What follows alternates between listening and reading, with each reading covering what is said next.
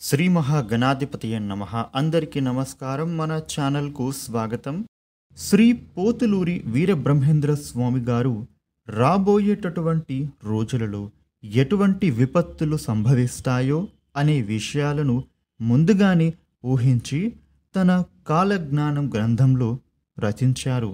బ్రహ్మం గారు చెప్పినట్లుగానే కాలజ్ఞానంలోని ఎన్నో విషయాలు చాలా వరకు నిజంగానే జరిగాయి. అయితే క్రీస్తు శకం 1608లో బ్రహ్మం గారు అవతరించి భవిష్యత్తులో జరగబోయేటటువంటి విపత్తులను ఆయన తన దివ్య శక్తితో ముందుగానే దర్శించి దానిని కాలజ్ఞానం అనే పేరుతో ఎన్నో తత్వాల ద్వారా బోధించారు. అంతేకాకుండా వ్యక్తిగతంగా ఎన్నో మహిమలను కూడా చూపెట్టారు.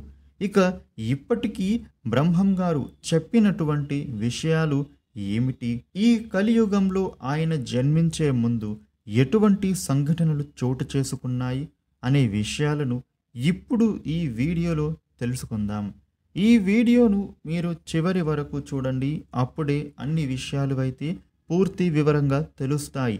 ఇక కొత్తగా మీరు మన ఛానల్ను చూస్తే ఇప్పుడే మన ఛానల్ను సబ్స్క్రైబ్ చేసి పక్కనే ఉన్న గంట సింబల్లో ఆల్ అప్డేట్స్ అని సెలెక్ట్ చేయడం ద్వారా మేము చేసే ప్రతి వీడియో ముందుగా మీకు తెలుస్తుంది నోటిఫికేషన్ రూపంలో. ఇక వివరాల్లోకి వస్తే, బ్రహ్మం గారి తండ్రి మరణించిన తరువాత ఆయన తల్లిగారి అనుమతితో బ్రహ్మం గారు పరబ్రహ్మను చేరుకునేందుకు ధ్యానం ఒక మార్గం అని చెప్పి ఇంటిని వదిలి వెళ్ళిపోయారు. ఆ విధంగానే వెళ్ళిపోయిన బ్రహ్మం గారు ఒకరోజు రాత్రి బనగానపల్లెలో అచ్చమ్మగారి ఇంటి ముందర నిద్రించాడు. మరుసటి ఉదయం ఆమె బ్రహ్మం గారిని ఎవరు నువ్వు ఇక్కడ నిద్రించావు అని అడగగా బ్రతుకు తెరువు కోసం వచ్చానని బ్రహ్మం గారు చెప్పారు. ఏదైనా పని ఉంటే చెప్పండి అని అడగగా అప్పుడు అచ్చమ్మ తన దగ్గర ఉన్న పశువులను తోటకి తీసుకెళ్ళమని చెప్పగా బ్రహ్మం గారు పశువుల కాపరిగా మారాడు. పశువుల కాపరిగా మారిన తర్వాత కాలజ్ఞానాన్ని మొదలుపెట్టాడు. కాలజ్ఞానాన్ని మొదలుపెట్టాలని నిర్ణయించుకున్న వీరబ్రహ్మేంద్ర స్వామి అక్కడ ఉన్న ఒక తాటి చెట్టు ఆకులను కోసుకొని కొండ గుహలో కాలజ్ఞానాన్ని రచించడం మొదలుపెట్టాడు. పోతులూరి వీరబ్రహ్మేంద్ర స్వామి కాలజ్ఞానాన్ని ఒకేసారి చెప్పలేదు. రకరకాల సందర్భాలలో వేరే వేరే వ్యక్తులకు తెలియజేశాడు. అంతేకాకుండా తాను రచించిన కాలజ్ఞానాన్ని చాలా భాగాలుగా ఒకే చోట పాతిపెట్టాడు. ఆ తరువాత దానిపైన ఒక చింత చెట్టు మొలిచింది. అయితే బ్రహ్మం గారు కాలజ్ఞానాన్ని ఎందుకు పాతిపెట్టారు, ఇలా ఎందుకు చేశారు అనే దానికి మాత్రం ఇంతవరకు జవాబు దొరకనేలేదు. ఇక బ్రహ్మం గారి కాలజ్ఞానంలో ఇప్పటి వరకు జరిగిన కొన్ని నిజాలు ఏమిటంటే, అందులో ఒకటి, రాచరికాలు, రాజుల పాలన అనేవి నశిస్తాయి అని చెప్పారు. ఇప్పుడు మన భారతదేశంలో రాచరిక వ్యవస్థ అనేది లేదు. ఒక స్త్రీ 16 సంవత్సరాలు రాజ్యమేలుతుందని చెప్పారు. ఇక ఇందిరాగాంధీ 16 సంవత్సరాల పాటు మన దేశానికి ప్రధానమంత్రిగా ఉన్నారు. కాశీలోని దేవాలయం ఒక 40 రోజుల పాటు మూసి ఉంచుతారని చెప్పారు. ఆయన చెప్పిన విధంగానే 1910-1912 మధ్య ప్రాంతంలో గంగానదికి తీవ్రంగా వరదలు వచ్చాయి. ఆ సమయంలో అక్కడ కలరా వ్యాధి వ్యాపించింది. దీనివలన ఆ సమయంలో కాశీ పుణ్యక్షేత్రాన్ని సందర్శించడానికి భక్తులను ఎవ్వరికి కూడా అనుమతి ఇవ్వలేదు. అక్కడికి ఎవరు కూడా వెళ్ళలేదు. ఇక బ్రాహ్మణుల అగ్రహారాలు నశించిపోతాయి అని చెప్పారు. ఇప్పటి వాళ్లకు అగ్రహారాలు అంటే ఏమిటో తెలియదు. కానీ 100 సంవత్సరాల క్రితం వరకు కూడా బ్రాహ్మణుల 100 ఎకరాలతో కూడిన అగ్రహారాలు అనేవి ఉండేవి. ప్రస్తుతం అవి ఎక్కడా కూడా అగ్రహారాలు లేవు. ఇక జనసంఖ్య అనేది ప్రపంచవ్యాప్తంగా విపరీతంగా పెరుగుతుందని చెప్పారు. ప్రస్తుతం ప్రపంచ జనాభా అనేది విపరీతంగా పెరిగిపోయింది. ఇక నీళ్లతో దీపాలను వెలిగిస్తారు అని చెప్పారు. ప్రస్తుతం నీళ్ల నుండి కరెంటు వస్తుంది. ఈ హైడ్రో ఎలక్ట్రిసిటీ గురించి 100 సంవత్సరాల క్రితమే బ్రహ్మం గారు చెప్పడం జరిగింది. చిత్ర విచిత్రమైన యంత్రాలు వస్తాయి, కానీ చావు పుటకులు మాత్రం కనుగొనలేకపోతారు అన్నారు. సృష్టిని మార్చడానికి ఎన్నో ప్రయత్నాలు చేస్తారు.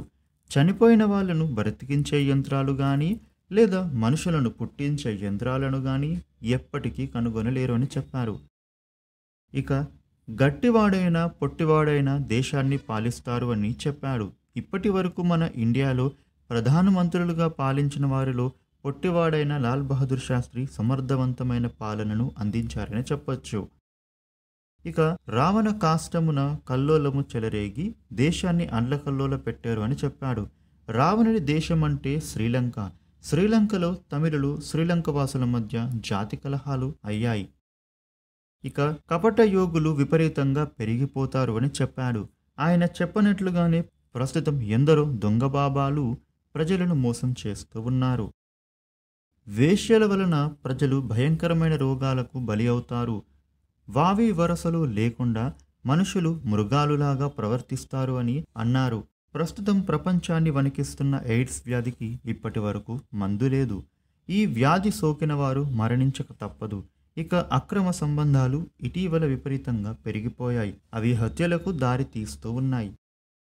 విదేశీయులు వచ్చి భారతదేశాన్ని పాలిస్తారని చెప్పాడు.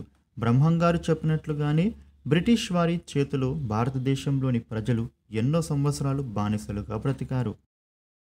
ఇక పోతులూరి వీరబ్రహ్మేంద్ర స్వామి గారి జన్మరహస్యం గురించి మనం చూసినట్లయితే గనుక 5000 ఏళ్ల సంవత్సరాల తర్వాత ఆయన శ్రీ వీరభోగ వసంతరాయలు అవతారం దాల్చి మళ్ళీ జన్మిస్తాను అని, ఈ సంఘటన జరగడానికి ముందు అనేకమైన విపరీత సంఘటనలు అనేవి జరుగుతాయి అని, కాశీ అవతల గండకీ నదిలో సాలగ్రామము నాట్యమాడుతాయి అని, అలాగే మనుషులతో మాట్లాడుతాయి అని చెప్పారు.